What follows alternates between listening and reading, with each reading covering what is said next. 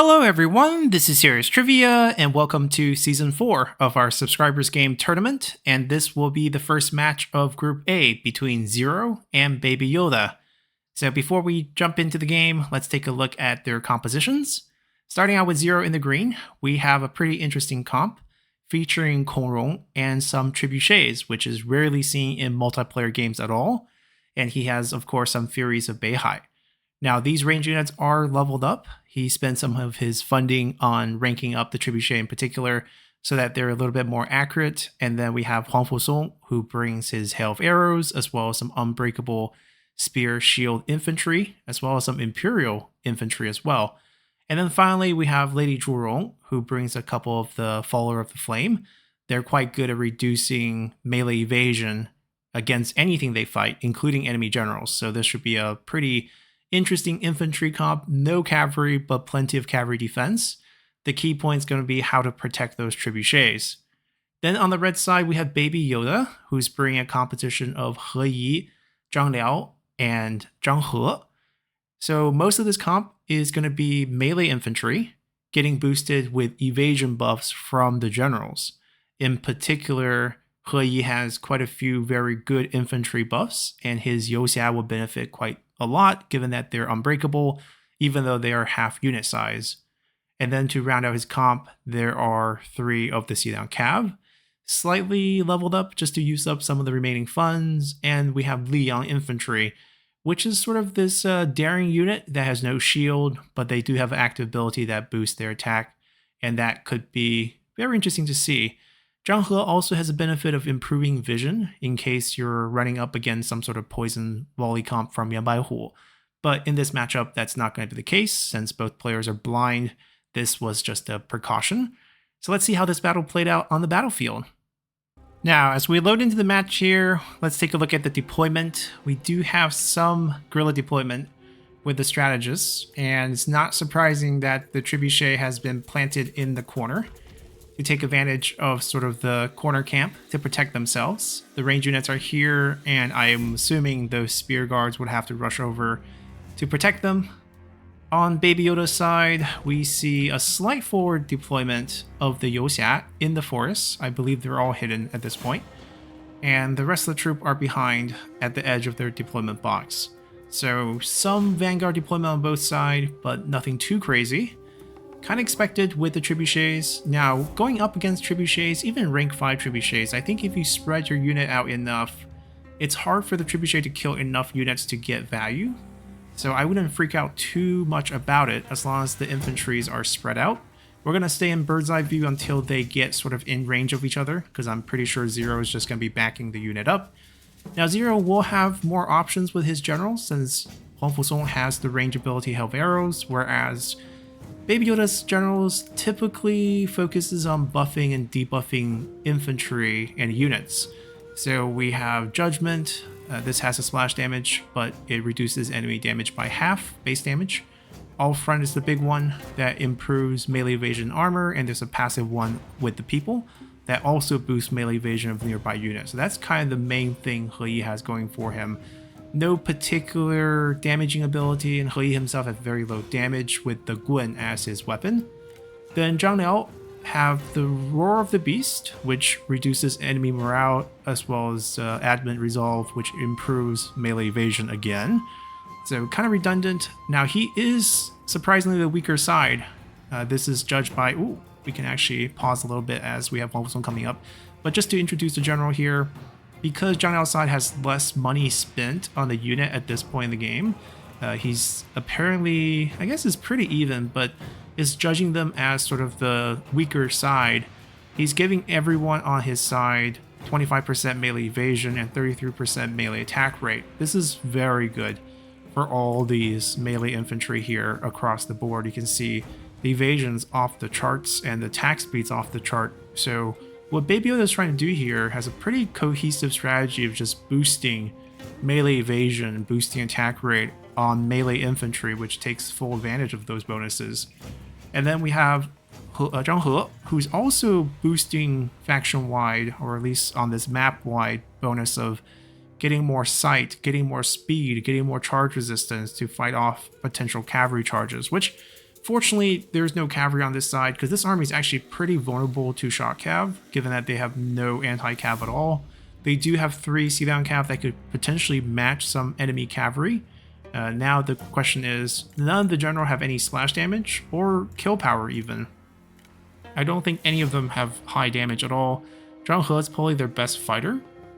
Now, of course, if they can, get down the horse, take advantage of the boosted attack rate, as well as the high evasion, I'm sure these generals can make quick work of Zero's generals, but depends if Zero give him that opportunity in that type of fight.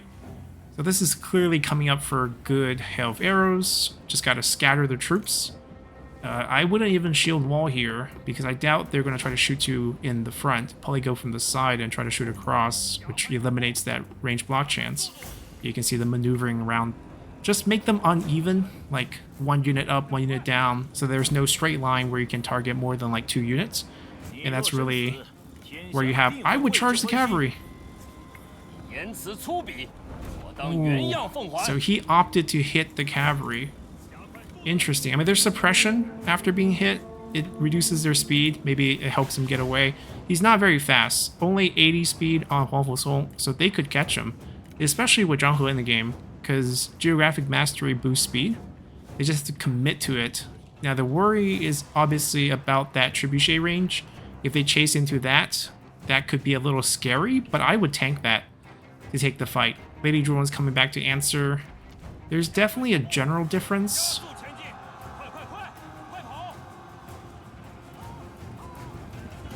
Because you can't bring the strategist out for the most part. The cavalry is going to swarm him.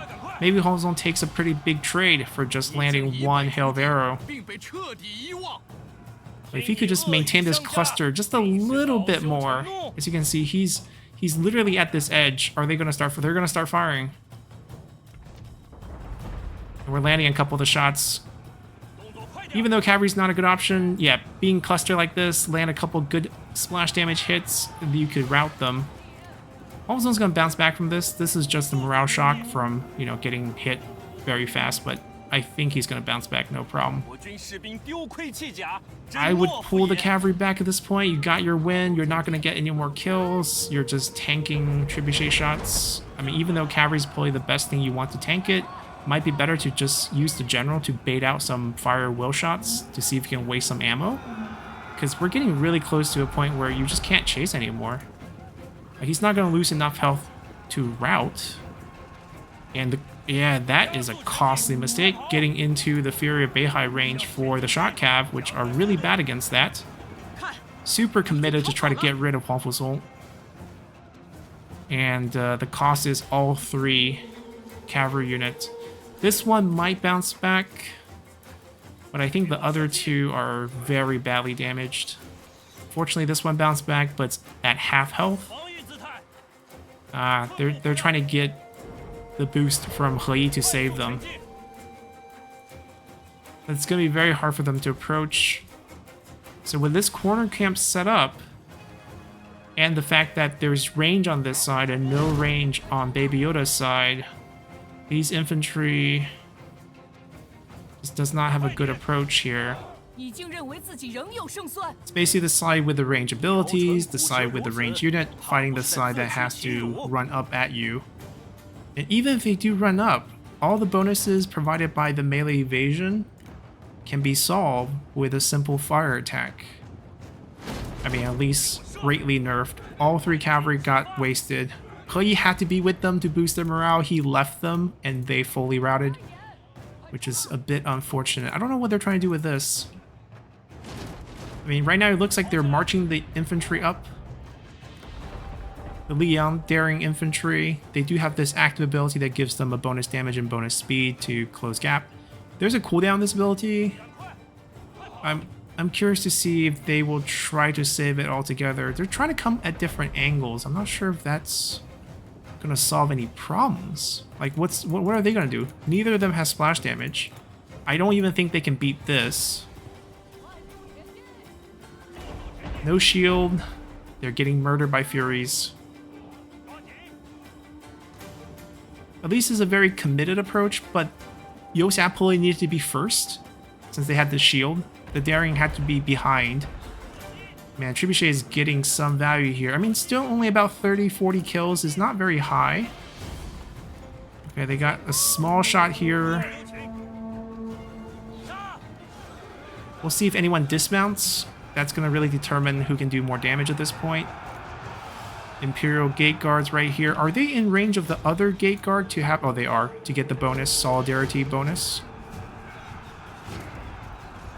He dismounted, but he's getting tossed around by the horses, as well as they're engaged onto match combat. Ah, the morale shock. It's from the fire.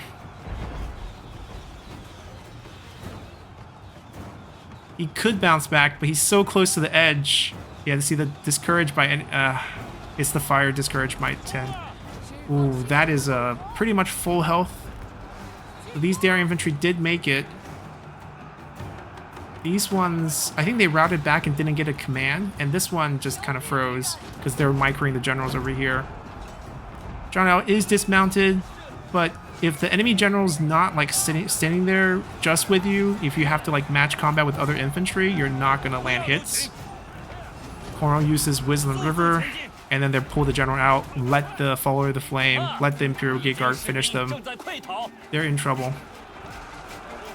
And then Huang Fuzong just does some easy charge, because nothing's good against cavalry here. They could actually cycle charge all the Liang infantry right here with the generals, and they would do great. They're trapped. They don't have their horses, or at least Zhang Liao does not. He Yi came in with the horse, but like I said, he doesn't have the damage with his gun.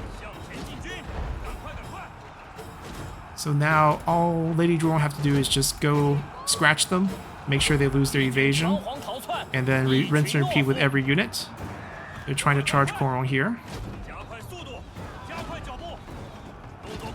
Yeah, Zero's currently not focused on Cornwall at all, but you can see the command. It's coming a little too late. They did land enough hits on Cornwall. I think Cornwall might be out. So they even it back, but Cornwall was never really the problem. The real problem is these two. And they're still going pretty strong. Yeah, one thing about corner camp is that when you rout, we saw Zhang He rout away very quickly without any chance to bounce back. Same thing as Cornwall here. It's a curse and a gift depending on which side can get the morale shock. So he does have a roar ability, but unbreakable infantry is not really going to do much here. Oh, we got a dismounted Lady Zhuorong going in for trying to commit the kill. And she can land hits, you know, maximizing her attack speed. Whereas I think in Zhang Liao's case, you can see they're in match combat with each other. But Zhang Liao's going to get distracted, and get into match combat with another random unit. All the while, Lady Zhuorong's smacking him from behind. Because you're fighting in their infantry, and that's the big problem.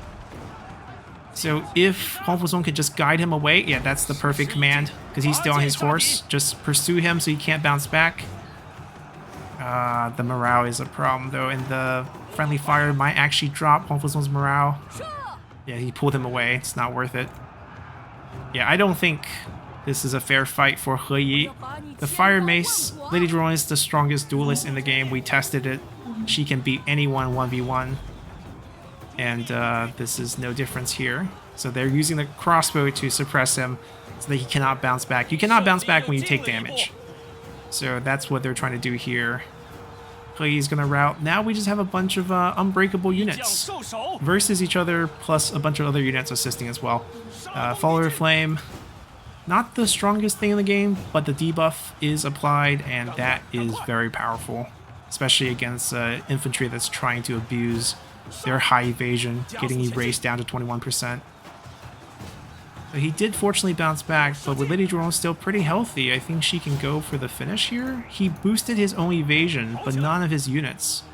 He activated a little bit too early. I mean, they're definitely getting the resolve stats. Oh, actually, that's been debuffed because he's routed.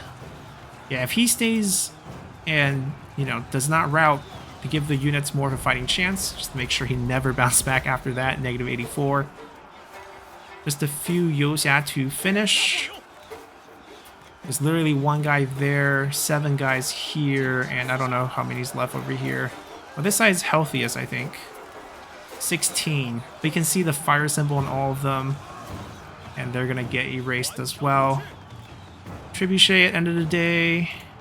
The other one routed, but 166 kill. they kind of paid for themselves, I would say. It's hard to get value from siege weapons in multiplayer battles because players typically don't rush up at you, but in this case, the army composition, as well as the cavalry throw in the beginning, because you maybe can charge them into the trebuchet range, you definitely can't charge them into the Fury of Beihai range. That's suicide.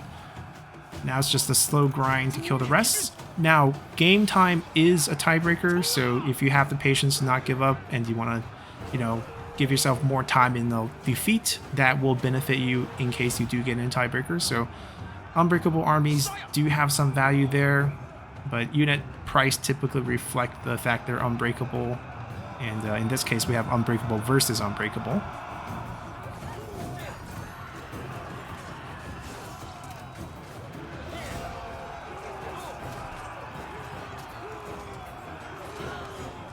Have a few stubborn yellow turbans still battling.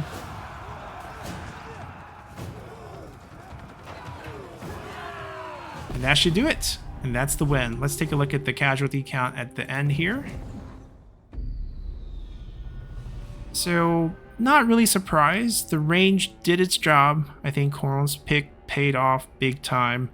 The fact they corner camped really assisted them, especially with the escort of Zhang He off the field. He didn't get a chance to fight. Lady Drool carried hard with both herself and her units. Even though they didn't land any kills, their main job was just debuff, and it kind of played into a counter strategy. Now both sides blind pick, so it's just unfortunate that they ended up with a melee evasion comp that ran into a melee evasion debuff comp with unbreakable to match the unbreakable and range into something with absolutely no range and more than half of the army without any shield, super vulnerable to both the crossbow, not necessarily the trebuchet, but I think the trebuchet added together, like I would say paying for these trebuchets and getting this kill count, it's at most even, right? I don't think these carried. They just didn't, drag him back. It's hard to get value from siege weapons, even in a standard battle, much less a PvP battle. But overall, a great start to our tournament. It's nice to see two returning players, especially Zero being our Season 1 champ. So I hope you guys enjoyed it, and we'll see you in the next match. Bye!